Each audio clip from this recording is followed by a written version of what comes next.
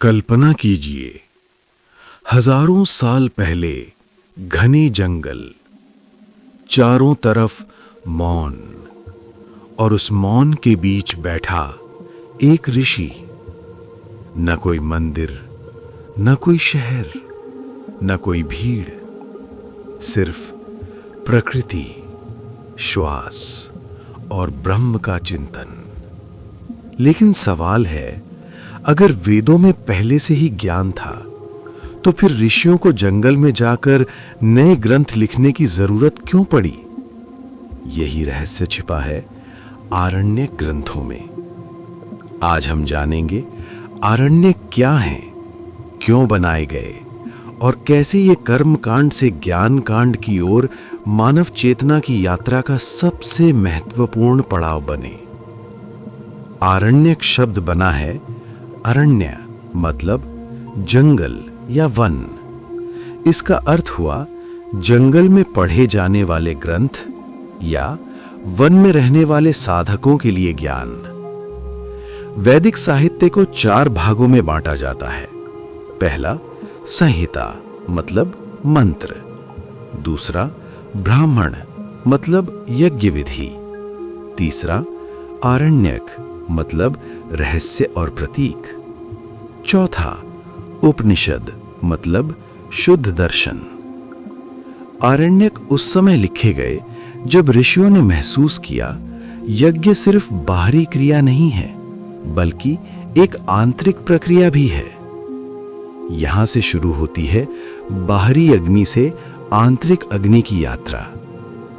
आरण्यक लगभग 1200 BCE से 800 BC के बीच बने माने जाते हैं। ये वो समय था जब समाज बदल रहा था। पहले यज्ञ समाज का केंद्र था, लेकिन धीरे धीरे प्रश्न उठे, क्या ईश्वर सिर्फ यज्ञ से खुश होता है? क्या ज्ञान सिर्फ मंत्रों में है? क्या आत्मा को समझा जा सकता है? इसी खोज ने जन्म दिया आरण्यक परंपरा को। हिंदू जीवन को 4 आश्रमों में बांटा गया है।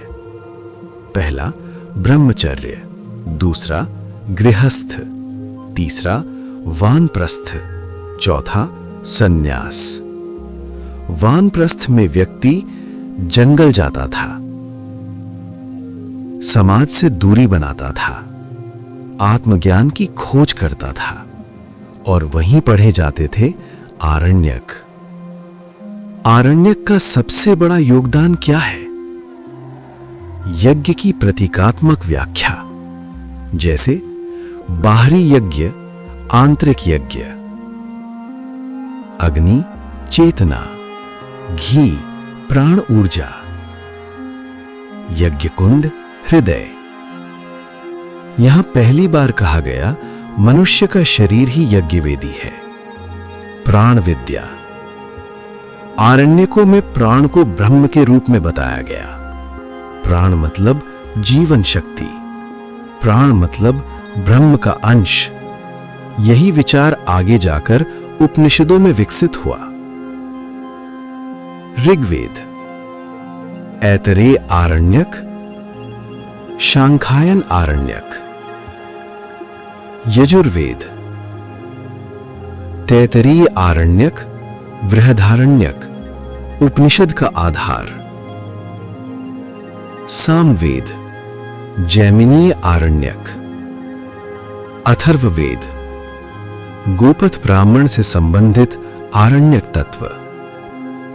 सच्चा यज्ञ क्या है?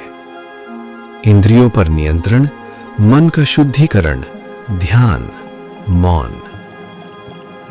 यहां पहली बार मिलता है मेडिटेशन का वैदिक आधार।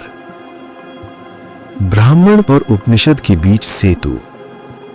ब्राह्मण ग्रंथ कर्म, उपनिषद ज्ञान, आरण्यक दोनों का मिश्रण। यही कारण है इन्हें ब्रिज टेक्स्ट्स कहा जाता है।